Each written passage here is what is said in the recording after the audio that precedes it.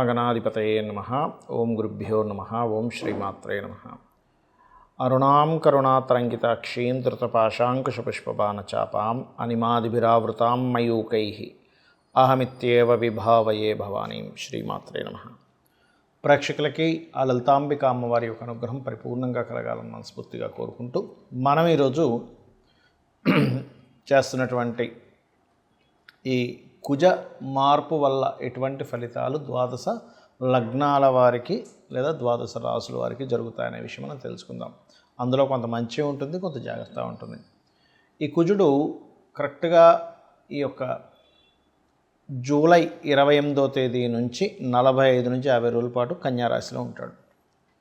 కాబట్టి ఈ రాశిలో కుజుడు యొక్క సంచారం అది అతనికి శత్రు రాశి. ఇలా శత్రురాశిలో ఉన్నప్పుడు ద్వాదశ లగ్నాల వారికి అద్భుతమైన యోగము ఉంటుంది, జాగ్రత్త ఉంటుంది. అయితే ఈ విషయాలు చెప్తుంది నేనైనప్పటికీ కూడా చెప్పిస్తుంది సాక్షాత్ లలిత అమ్మవారిగా భావిస్తూ ఒక్కొక్క లగ్నం గురించి మనం తెలుసుకుందాం. వృశ్చిక లగ్నము, వృశ్చిక రాశి. ఇంతకాలము మీకు వృశ్చికం వారికి అంటేనే పట్టుదల ఎక్కువగా ఉంటుంది. ఎంతసేపు అయినా సరే, ఏ పనైనా సరే నిర్వీర్యామంగా చేయగలుగుతారు. ఆ స్ట్రెంత్ అనేటువంటిది ఉంటుంది. ఆ స్ట్రెంత్ కారకుడైన కుజుడు మీ లగ్నానికి లగ్న షష్టమాధిపతి అయినటువంటి కుజుడు ఏకాదశ స్థానంలో ఉంటున్నాడు. ఏకాదశ స్థానం మంచిదే కదండి, ఖచ్చితంగా మంచిది, అందులో ఎటువంటి సందేహం లేదు. పాపగ్రహాలకి దశమము మంచిదే, ఏకాదశం మంచిదే. కాకపోతే ఇక్కడ మీకు ఇంతకాలము ఎప్పుడైతే 10వ స్థానంలో కుజుడు కేతు ఉన్నారో ఇది కొంచెం ఉద్యోగ విషయంలో హైకు ఇస్తూ ఓ పక్క ఆటంకాలు ఇచ్చింది, గొడవలు ఇచ్చింది. మరి 11లో వస్తున్నప్పుడు ఏమవుతుంది అంటే ఇక్కడ చేసేటువంటి వ్యాపార సంబంధించిన విషయంలో సక్సెస్ ఇస్తూ కొద్దిగా వ్యాపార విషయాల్లో కొన్ని గొడవలను కూడా ఇస్తుంది. ఎందుకంటే ఇక్కడ ఉన్నటువంటి కుజుడు బుధరాశుల్లో ఉన్నాడు, శత్రుక్షేత్రంలో ఉన్నాడు అనే విషయాన్ని మనం గుర్తుపెట్టుకోవాలి. కాబట్టి ఈ లాభ సంబంధించినవి మనకి చూడండి, ఒకసారి పార్ట్నర్స్తో కానీ మన కిందని పనిచేసే వాళ్ళని పెట్టినప్పుడు కానీ రావాల్సిన లాభాలు రాకుండా చూస్తేనేమో బిజినెస్ ఉంటూ ఉంటుంది, ఏంటి రావాల్సిన లాభాలు ఏం చూపించట్లేదు అనేటువంటి ఘర్షణ నడుస్తూ ఉంటుంది. అలాగే మరొక విషయం ఏంటంటే పంచమ స్థానాధిపతి, పంచమంలో ఉండేటువంటి గ్రహాలు పంచమం ఎలా ఉంది, ఎందుకంటే పంచమాధిపతి వెళ్ళి అక్కడ గురువు శుక్రుడితో కలిసి ఉంటూ గురువు పంచమంలో ఉంటున్నాడు. అలా ఎప్పుడైతే ఈ పంచమాధిపతి గురువు ఈయన కుజుడు లాభస్థానంలో రెండో దిశరాశుల్లో ఉంటూ పంచమంలో వక్రించిన శని ఎప్పుడైతే ఉన్నాడో ఇది కొంతవరకు రాజకీయ నాయకులకి మంచిదే, అందులో ఎటువంటి సందేహం లేదు. రాజకీయంగా మీరు చేసేటువంటి ప్లానింగ్ ఖచ్చితంగా బాగుంటుంది. ఎందుకంటే ఈ కుజుడు ప్రధానంగా మారిన తర్వాత రవి నక్షత్రంలో సంచరిస్తాడు, గుర్తుపెట్టుకోండి. రవి నక్షత్రము, చంద్ర నక్షత్రము, కుజ నక్షత్రము అంటే ఈ లగ్నానికి శుభులైనటువంటి నక్షత్రాల్లోనే సంచరిస్తుంటాడు. కాబట్టి సంతానం కోసం చేసే ప్రయత్నం కొంతవరకు ఫలిస్తుంది. కాకపోతే ఎంతైనా సరే ఈ శని వక్రించున్నందుకు కొన్ని విషయాలు మిస్క్యారేజ్ అవ్వడము, మిస్క్యారేజ్ అయిన తర్వాత ఫలించడం ఇట్లాంటివి ఇస్తూ ఉంటాడు. కాకపోతే కొంచెం కొన్ని విషయాల్లో నిర్ణయాలు తీసుకునేటప్పుడు కొద్దిగా స్ట్రెస్ అవుతారు, కానీ ఆ యొక్క నిర్ణయాలు మీకు భవిష్యత్తుకి చక్కగా పనికొస్తాయి కుజుడు వల్ల. ఇక మీరు చేయవలసినటువంటి దేవతారాధన, దక్షిణామూర్తి ఆరాధన, కాలభైరవ అష్టకము, ఆంజనేయ స్వామి యొక్క స్తోత్ర పఠనం చేయండి. నవగ్రహాల్లో ప్రధానంగా కుజ శని గ్రహాల దగ్గర దీపారాధన చేయండి. గోవులకి క్యారెట్స్ బెల్లము తినిపించండి. అన్ని విధాలా మీకు బాగుంటుంది. అయితే మరి ఈ కుజుడు కన్యారాశిలో సంచరించేటప్పుడు ఎటువంటి ఫలితాలు ఉంటాయి? ముఖ్యంగా ఇది సైన్యము పైన ఉంటుంది, బాగా గుర్తుపెట్టుకోండి. అంటే మన ఆర్మీ ఏదైతే ఉంటుందో, నేవీ ఏదైతే ఉంటుందో, అదేవిధంగా ఎయిర్ ఫోర్స్ డిపార్ట్మెంట్ ఏదైతే ఉంటుందో వారి విషయంలో, లేదా సెక్యూరిటీ రిలేటెడ్ డిపార్ట్మెంట్ రిలేటెడ్ అటువంటి వారికి కాస్త ఛాలెంజింగ్గా ఉండేటువంటివి, సడన్గా వాళ్ళ మీద ఏదైనా అటాక్స్ జరగడము, లేనట్లయితే వాళ్ళు బాగా తిరుగుబాటు చేయడము, అంటే ఆర్మీ, పోలీసు ఏదైనా ఈ వెపన్స్ పట్టుకొని అటాక్ చేసేటువంటి వారివి ఇలాంటి సంఘటనలు ఎక్కువగా ఉంటాయి మన యొక్క ఈ కుజుడు కన్యారాశిలో సంచరిస్తుండడం వల్ల.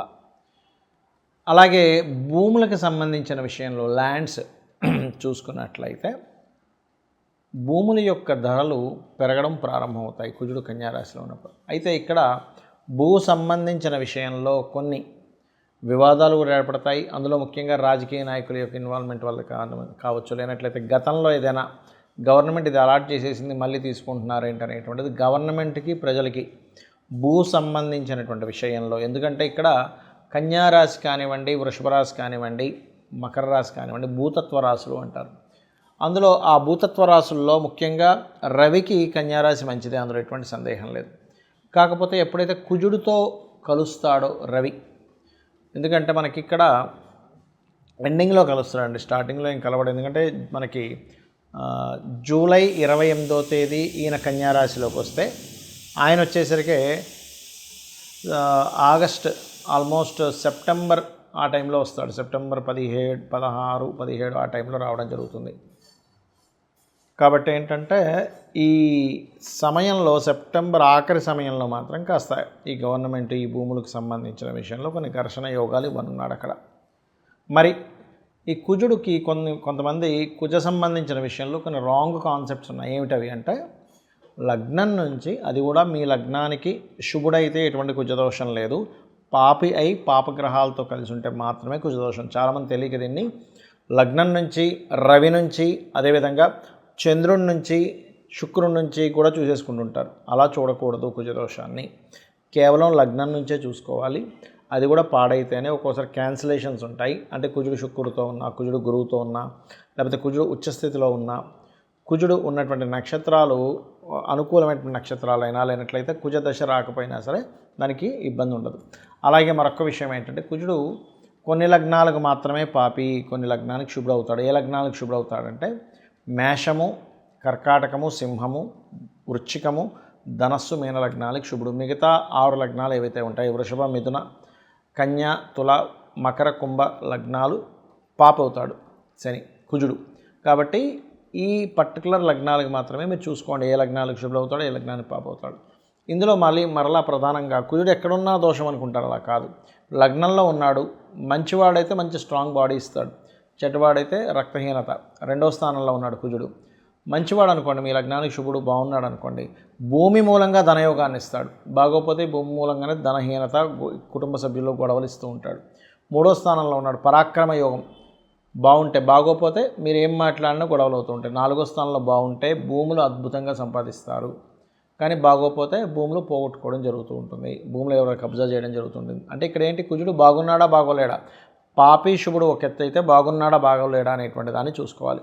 పంచమంలో ఉంటే సంతానం వల్లే వీళ్ళకి భూములు రావడం, సంతానం చాలా స్ట్రాంగ్గా ఉండడం జరుగుతుంది. అదే పంచమం పాడైతే అబాషన్స్, మిస్క్యారేజ్ జరుగుతూ ఉంటాయి. 6లో ఉంటే శత్రువుపై జయం ఉంటుంది. అదే 6లో ఉండి పాడైతే మాత్రం శత్రువులు ఎక్కువ అవుతూ ఉంటారు. 7వ స్థానంలో ఉంటే మాత్రమే వివాహ సంబంధించిన విషయం మీద, జీవిత భాగస్వామి యొక్క ప్రవర్తన మీద కోపంగా ఉండడం, ఇట్లాంటివి జరుగుతూ ఉంటాయి. బాగుంటే మరలా వాళ్ళు వచ్చినప్పటి నుంచి వీళ్ళ భూములు కూడా పెరుగుతాయి. అష్టమంలో కనుక కుజుంటే అది పాడైతే యాక్సిడెంట్స్, పాడవకపోతే తాతగారు ఆస్తి రావడం జరుగుతుంది. 9వ స్థానంలో కనుక మీకు కుజుడు ఉన్నట్లయితే, ఇక్కడ 9వ స్థానం అనేటువంటి తండ్రి స్థానం కాబట్టి ఏదైనా అంటే తండ్రి ద్వారా బాగుంటే తండ్రి ద్వారా ధనము, తండ్రి యొక్క శక్తి మీరు పొందుతారు, అంటే తండ్రే మీకు సపోర్ట్ అవుతారు. లేనట్లయితే తండ్రితో గొడవలు ఉంటాయి. అదేవిధంగా లక్ష్మీ నరసింహస్వామి ఆరాధన ఇలాంటివి చేయడం వల్ల కూడా బాగుంటుంది 9లో కుజుడు ఉన్నప్పుడు. 10వ స్థానంలో కుజుంటే లీడర్ అవుతారు బాగుంటే కనుక, బాగోపోతే కనుక అదే కంపెనీలో అదే జాబ్లో వాళ్ళకి ఇబ్బందులు వస్తూ ఉంటాయి. 11లో ఉంటే రియల్ ఎస్టేట్, భూములు, మిషనరీస్ వల్ల లాభాలు ఉంటాయి, బాగోపోతే వాటికి రావాల్సిన లాభాలు ఆగిపోతూ ఉంటాయి. ఇప్పుడు 12వ స్థానంలో కుజుడు ఉంటాయి, వివాహ జీవితం తర్వాత గొడవలు ఉంటూ ఉంటాయి. అలాగే ఇన్వెస్ట్మెంట్ చేసేటప్పుడు కాస్త చూసుకొని చేయాలి. బాగుంటే భూమి మీద ఇన్వెస్ట్మెంట్ చేయడం వల్ల కోట్లకు కలిసి వస్తుంది, బాగోపోతే ఆ ఇన్వెస్ట్మెంట్ స్ట్రక్ అవుతాయి. కాబట్టి ఇక్కడ ఏంటి మీరు చూసుకోవాల్సింది, అసలు మీ లగ్నానికి కుజుడు శుభుడా కాదా, పాయింట్ నెంబర్ 1. శుభుడైతే బాగున్నాడా లేదా, పాయింట్ నెంబర్ 2. పాప అయితే ఎలా ఉన్నాడు, ఇవి చూసుకుంటూ కుజదోషం పోవాలి మీకు అంటే కనుక ఆంజనేయ స్వామి ఆరాధన, సుబ్రహ్మణ్యేశ్వర స్వామి ఆరాధన, కుజగ్రహానికి జపం చేయడము, గోవు క్యారెట్స్ కానీ బీట్రూట్స్ కానీ తినిపించడము, కుజగ్రహంతో పాటు శని రాహు గ్రహాల దగ్గర కూడా దీపారాధన చేసినట్లయితే అన్ని విధాలా మీకు బాగుంటుంది.